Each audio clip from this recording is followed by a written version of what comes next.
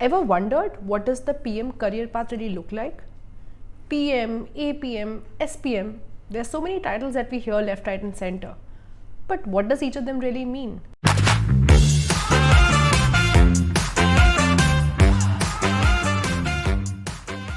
Hello everyone, my name is Arushi and I have 6+ years of experience building tech products. In this channel, I will aim to answer all your questions related to product management. Recently, a lot of product enthusiasts like you have reached out to me and asked me what does a typical career progression of a product manager look like. And in this video, I've tried to answer that question. So this pyramid shown on your screen is a representation of a typical career of a product manager. By the way, mind you, every company has their own way of representing these roles and the designations might not be as shown on the pyramid. However, the purpose of this video is to tell you how the responsibilities of a product manager changes from each step in this pyramid. I'll also mention important skills needed at each level to succeed. The pyramid starts with the entry-level position of a product analyst. The analyst acts as a support function to a product manager where he will be responsible for collecting product data or setting up product funnels. But he will not own any product or any feature in general. He's expected to be an expert in data. So this means that a good analyst would be able to write queries, will be able to create funnels and derive insights from them. A good analyst is someone who is able to understand the use case of the product and is able to derive insights without much direction from the PM. The next step in the ladder is an associate product manager. It takes about a year or two to graduate from an analyst position to an APM position. By the way, in a lot of companies, the APM and the analyst are enrolled into one role. But I have also seen organizations where both of these are different roles as well. Hence, I've kept them separate in this pyramid. The difference between an analyst and an APM is that an APM will own a feature which could be part of a larger product that he co-owns with a senior product manager.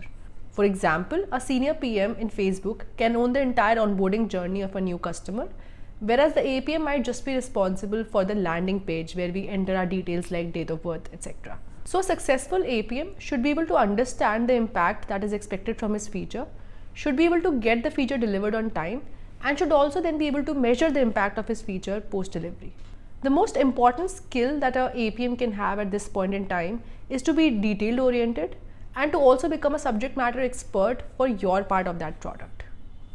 Once the APM has shown merit in his work by owning a feature in a bigger product, the next step in the pyramid for him is to start owning a product itself. A product in this case can be something like owning the end-to-end vernacularization of the entire app or owning the notification engine of the app itself.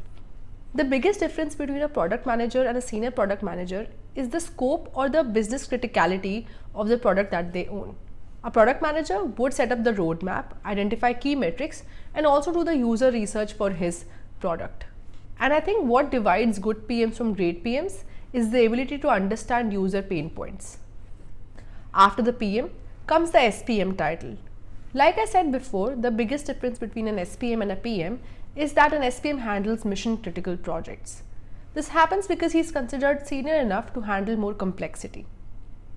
An SPM also starts mentoring other junior PMs or APMs. The ability that makes or breaks a good SPM is their ability to handle pressure and to be a good storyteller. Post the SPM position, the works become less of an individual contributor and more of a strategic thinker and a team builder. The next level is product director. At this level, the person might own a theme of product, for example, user growth, retention, etc. The director would have a few product teams reporting directly to him, and his role would become more about orchestrating how the entire product would work than about actually implementing features. The director also starts contributing more actively on people mentorship. One thing that makes a director shine out is their ability to bring out the best in people and also to think creatively about the bigger, larger vision for their product. The next are VP or CPO positions. These are more generalistic as a person starts also thinking about the product organization, culture, values, etc. They don't just try to release impactful features, but they also try to come out with a working style which matches with the organization's goal.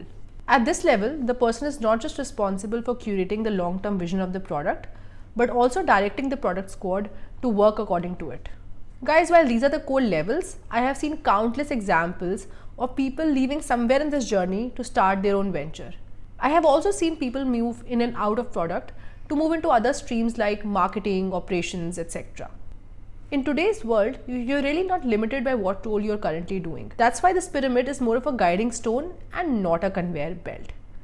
I think that's why I love working for startups. The fluidity is just too fun. So this brings me to a close to this video. If you have any more questions, please reach out to me on the comment section below and I'll be very happy to engage with you on it. If you found this content useful, please click on the like button and do subscribe to this channel if you want to see more videos on product. So that's it for this video, guys. I'll see you next time. Ta-da!